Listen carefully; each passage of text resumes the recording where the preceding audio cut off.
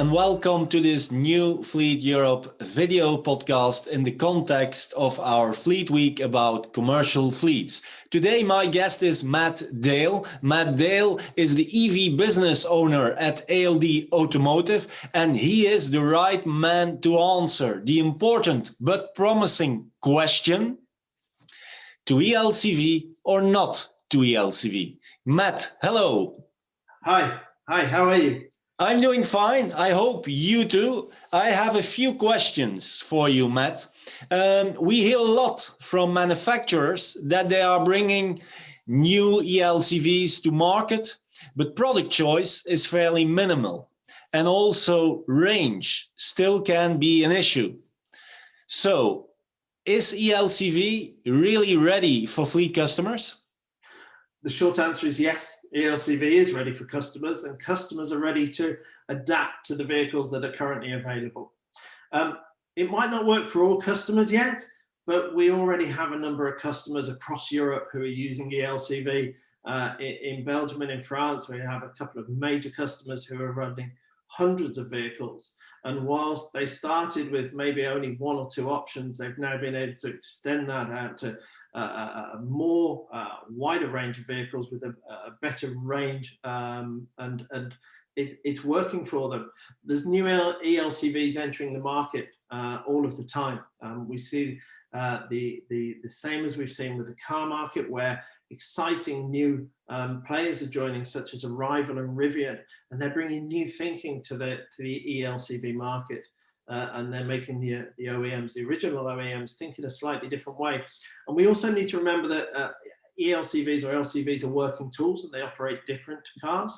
Routes and distance tend to be more predictable. Charging events can be planned, and payloads can be managed more easily.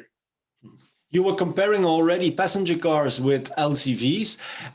For passenger cars, when they are going to electric, we see that charging and infrastructure can be a major obstacle, can create some skepticism about the adoption of electric vehicles.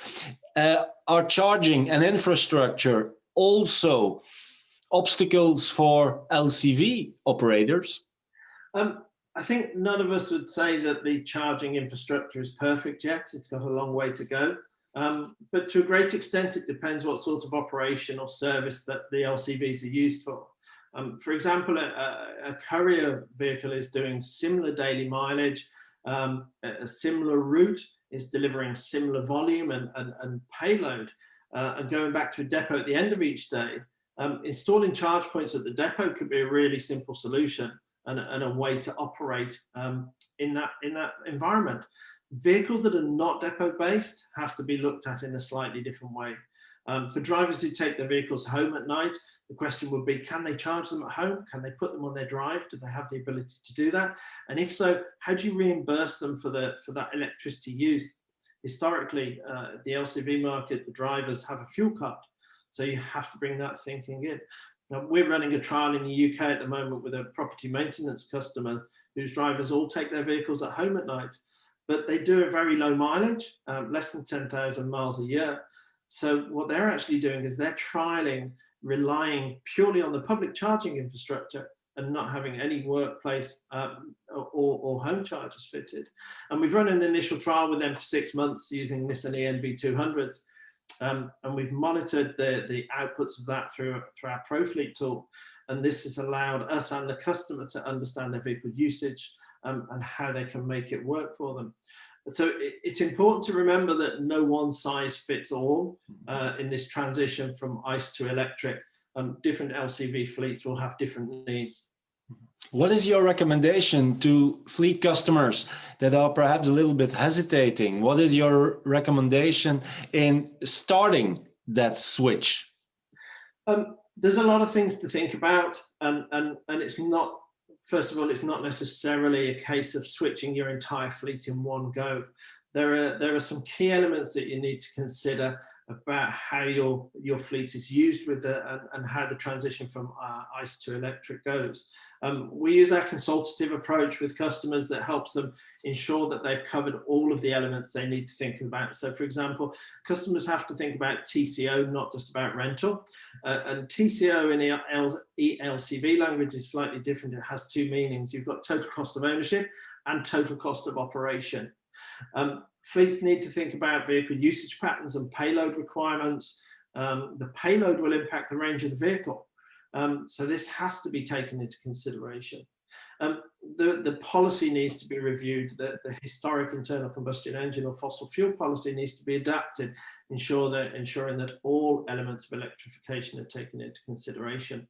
Driver education is absolutely key, the same as it is with a car. Teaching good vehicle habits, such as preheating the vehicle in the winter or putting the air conditioning on while it's still plugged in before you get in the summer, will certainly make a difference.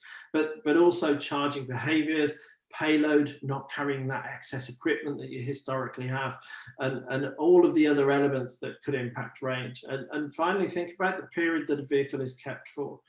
One of the benefits of electric is less moving parts, so less downtime and less in-life cost. This means that a historic ICE fleet that was running for 4 years, maybe you could think about running it for 5, 6, or even 7 years as an electric fleet. So there are quite some benefits already today. So fleet operators, LCV operators can already start their eLCV journey today, if I understand you correctly. Absolutely. I mean, there's a number of reasons for switching to electric now, and not least of all because you can. There's vehicles out there, there's infrastructure out there, so it can work. And switching to an eLCV fleet can have a massive impact on carbon, on a fleet's carbon footprint. With zero tailpipe emissions, that's obviously a big benefit. There's, as I've said before, there's less moving parts, so we've got reduced service, reduced downtime, reduced costs.